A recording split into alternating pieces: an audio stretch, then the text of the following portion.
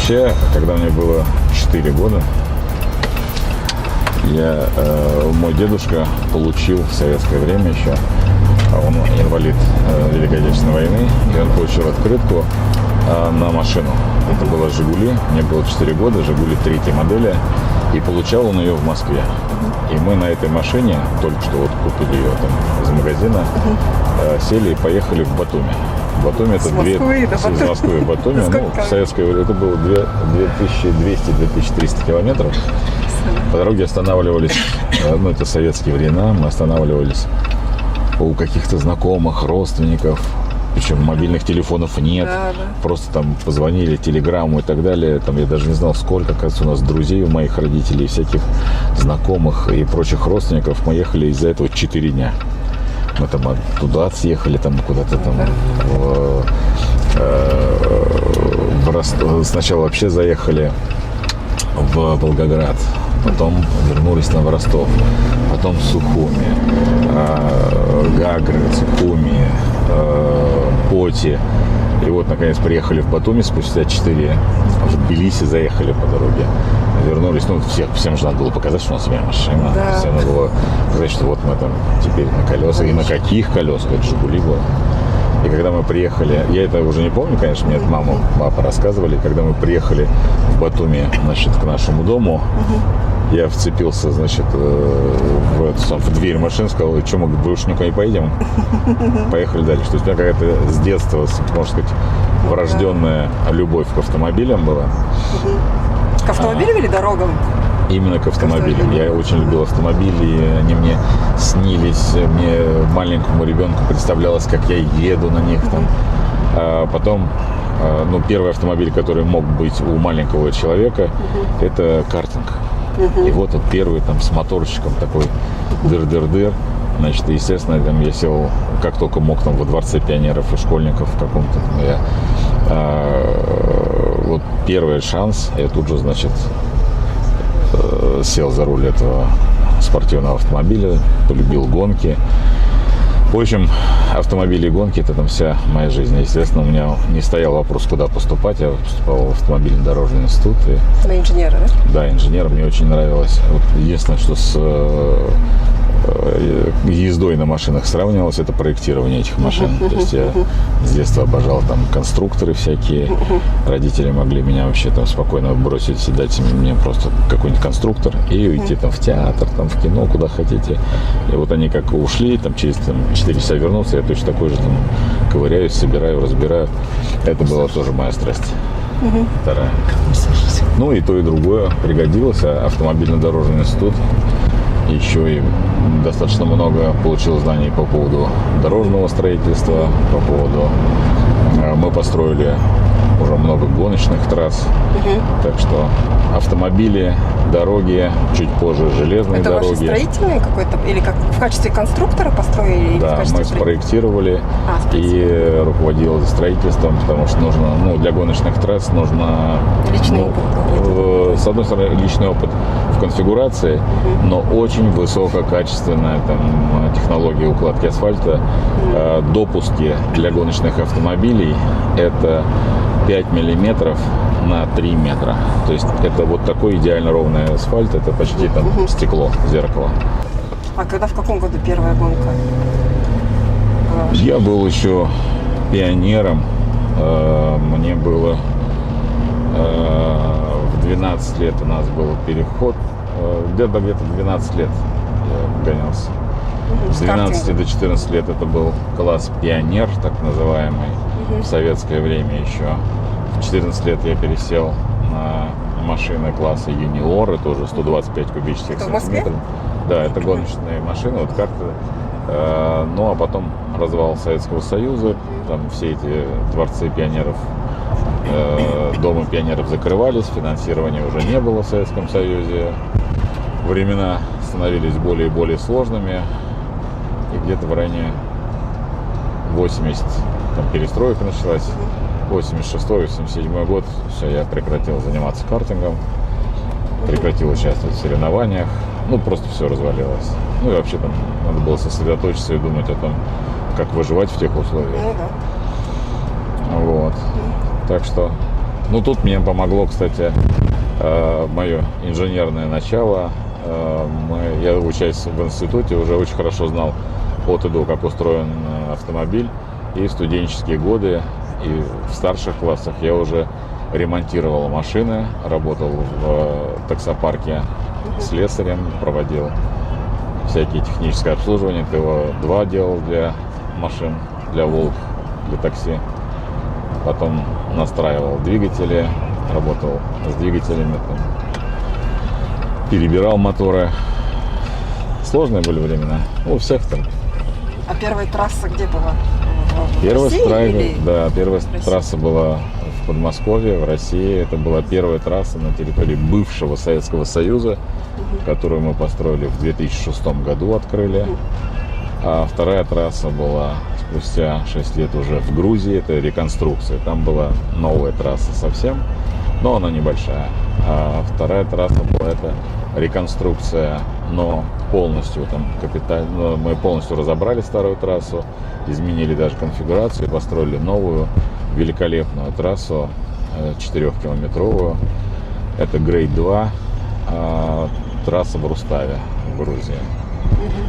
Вот. Потом была трасса картинговая в Руставе, потом картинговая трасса была в Москве, потом была картинговая трасса в Латвии. У нас там тоже есть проект, спортивный комплекс 3 тройки под Ригой. Ну и, так скажем, вершиной, наверное, моей жизни, нашего творчества в этом плане мы как раз хотим в ИТРАО построить трассу уже высшей категории, которая сможет принимать все гонки, включая Формулу-1. Ну, во-первых, это новые требования стандарта, это длина около 6 километров, предварительная конфигурация показывает 5,9 километров. Это очень серьезный автодром. Это гоночная трасса Формулы-1. Вот. Значит, это ширина трассы, расчетные скорости движения по трассе. То есть все трассы делятся на категории. Первая категория — это как раз категория трассы Формулы-1. Это самое... Это даже в мире не так много таких трасс. А какие страны у нас лидерами считаются? Там, где исторически развивалась автомобильная промышленность. Это Германия, Франция. На самом деле сейчас уже во многом... Уже меняются, наверное, лидеры, да, вы знаете, сейчас уже чуть-чуть меняется. То есть лидерство, может, изменилось, но там США, Германия, Франция, Италия, практически все трассы Европы. Это часть культуры, очень большая часть автомобильной культуры. Автоспорт – это там вершина, можно сказать, всего, что связано с автомобилестроением, с технологиями, вообще с движением и философией человека. Но последние годы, последние, наверное, десятилетия у нас получилось так, что это теперь определенный клуб стран. То есть там, где проводятся гонки Формулы-1, там, где развит автоспорт, это признак цивилизации, это признак цивилизованной страны, признак высоких технологий, инвестиций. И страны, в которых проходит это, они имеют специфическую репутацию среди инвесторов. Но еще целая индустрия, это целая бизнес-индустрия. Это огромная бизнес-индустрия. А есть какой-то совокупный в цифрах объем, сколько вообще, сколько емкость? Да, есть, значит, есть общие цифры, сколько в автоспорте денег в мировом. Последние такие более-менее точные исследования говорят, что около 2,5 триллионов долларов это мировая индустрия автоспорта. Это очень немало, с одной стороны. С другой стороны, более важно, наверное, это то, что это высокотехнологическая индустрия, откуда очень много мультипликативного эффекта, распространяющегося на все. Вот все, что мы видим в автомобилях, это все пришло из автоспорта. Ну а сам проект Формула-1, он вообще фантастически меняет, как геймчейнджер. Он меняет буквально все. минимальное количество мест на трибунах должно быть 50 тысяч. Ну, там, я не помню, 48, по-моему, тысяч. 48 тысяч человек. И мы обязаны быть готовы принять единовременно не меньше 12 тысяч человек. Ну, нам сделают анализ по нашей стране, отдельно по нашему региону, и поставят минимум, сколько тысяч человек мы должны будем принять. Это высокой категории покупательной способности туристы. Это люди, которые тратят там по тысячи и некоторые по 10 тысяч долларов в день на пребывание. А это значит, чтобы нам разрешили, нам нужно выполнить очень такие жесткие условия. Да, это требование, которое мы возьмем на себя. Эту часть мы выполним, но дальше нам нужно выполнить, что будет делать эти 12 тысяч человек. Да. Здесь они приедут на 3, минимум 7, максимум дней. За неделю обычно они приезжают. Да. Они захотят ознакомиться. Это огромный, знаете, там рынок для нашего малого бизнеса. Турист, делайте все, что угодно. Предлагайте, продавайте, там, это же рестораны, это гостиницы, это туристические поездки, это мерч, то есть там продавайте майки там с символикой города, страны, Формулы-1 и так далее. Это огромнейший толчок для развития мелкого и среднего бизнеса. За то, чтобы гонку включили в календарь страны, страна платит, вот скажем, сейчас Аргентина платит 75 миллионов долларов в год. Это большие деньги. И контракт продается минимум на 5 лет. Обычно 5 плюс 5. В свое время там Россия за включение в календарь заплатила 50 миллионов долларов или евро в год. Потом было некоторое дисконтирование. Баку платит такого рода деньги, там очень большие. Но это все окупается, потому что это бизнес-проект. F1 Administration будет показывать, хорошо, вы заплатили столько денег, сколько вы получили. Кстати, все деньги от зрительских мест, от всего, за организацию, это все ложится на организатора. Это все Формула-1 забирает себе. А что же получает страна? А вот страна получает, они показывают, что получает страна. Популяризацию, изменение бизнес-климата и эти 12 тысяч, которые приезжают и тратят деньги минимум 1000 долларов в сутки, и приезжают они там минимум на 3 дня, это то, что получает страна. Но главный эффект даже не чисто финансовый, а инвестиционная привлекательность. То есть все, здесь есть Формула-1, это значит, это цивилизованная страна, здесь можно иметь. И сюда вместе с Формулой-1 приезжают гости, спонсоры этого проекта, участники этого проекта. Это огромные корпорации, их директорат, их владельцы, шейрхолдеры.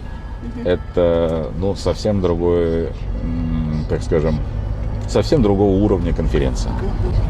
Здесь должны работать в это время все наши правительственные чиновники, региональные, местные руководители.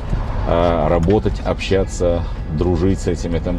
Вот эти 3 дня, 4 дня, которые они здесь будут, это время для того, чтобы подружиться, пообщаться, привлечь, чтобы в следующий раз они приехали, через год они вернутся. Это, знаете, как Олимпиада или как чемпионат мира по футболу. И по рейтингам, вот когда вы говорите о том, сколько это стоит, рейтинги, они таковы. Самое главное событие спортивного плана – это летние Олимпийские игры. Это самое большое. Кассовое, да? Самое кассовое, самое медийное и так далее мероприятие в мире. А на втором месте, знаете что? Делят второе место чемпионат мира по футболу и Формула-1.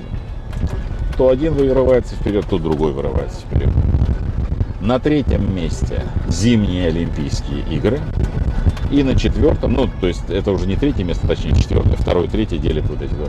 И 5-е место замыкает, это чемпионат Европы по футболу. И есть только один нюанс. Чемпионат мира по футболу, чемпионат Европы по футболу, Олимпийские игры раз в 4 года. Формула-1 каждый год. Олимпийские игры были проведены именно в этой стране, а не в другой. А мы получаем нечто сопоставимое, только которые будут каждый год у нас проводиться, и получаем на минимум 5, а вообще там обычно там опцион на 10 лет. Мой сын очень хочет стать гонщиком Формулы-1, пока он едет в Формуле 3, но он еще молодой для Формулы-1. Но в целом много стран, вот сейчас Саудовская Аравия, там, Кувейт, где там хотят проводить гонки, там те же Арабские Эмираты, у них нет своего гонщика. Но, конечно, это очень здорово, если у нас проводилось бы такое мероприятие и был наш гонщик в рядах Формулы-1. Но там, понимаете, сейчас 20. Кстати, мы уже по секрету знаем, что поскольку уже с ФИА общаемся на эту тему, будет 2, а потом будет 24. Значит, и к моменту, когда мы можем быть готовы, это около 30-го года, это будет 24 пилота. Но это всего лишь 24 пилота в мире. Туда попасть очень сложно, но вот само проведение такого мероприятия там, в нашей стране, оно может изменить подход, а появление гоночных трасс – это как раз то, где должны люди тренироваться. Причем и простые люди, они просто должны повышать регулярно квалификацию своего вождения, чтобы не гоняли, не пытались. Вот смотрите, у нас на спидометре написана скорость 220 км в час. Но многие молодые люди хотят попробовать. Она пойдет это и не пойдет эта машина 220 км в час. Единственная была аэропортовая трасса, и то ее сейчас. Она сейчас, вы видите, что это трафик. А гоняют-то, вы же знаете, ночью у нас тут выйдет, тут гонки продолжаются, несмотря ни на что. А где безопасно это можно сделать? Вот там у нас, да, там совершенно черная точка там в Казахстане, это трасса Досорская, сколько там людей гибнет постоянно, там до Кульсаров там гоняются, там и таксисты и так далее. Вот появится место, где можно спокойно, действительно, безопасно и для себя, и главное вообще для окружающих. Представляете, там один человек пошел там попробовать свою машину, нажал на газ, разогнался и врезался в другую, которая вообще ни в чем не виновата. Вы что вообще делаете? Это же, настоящее убийство.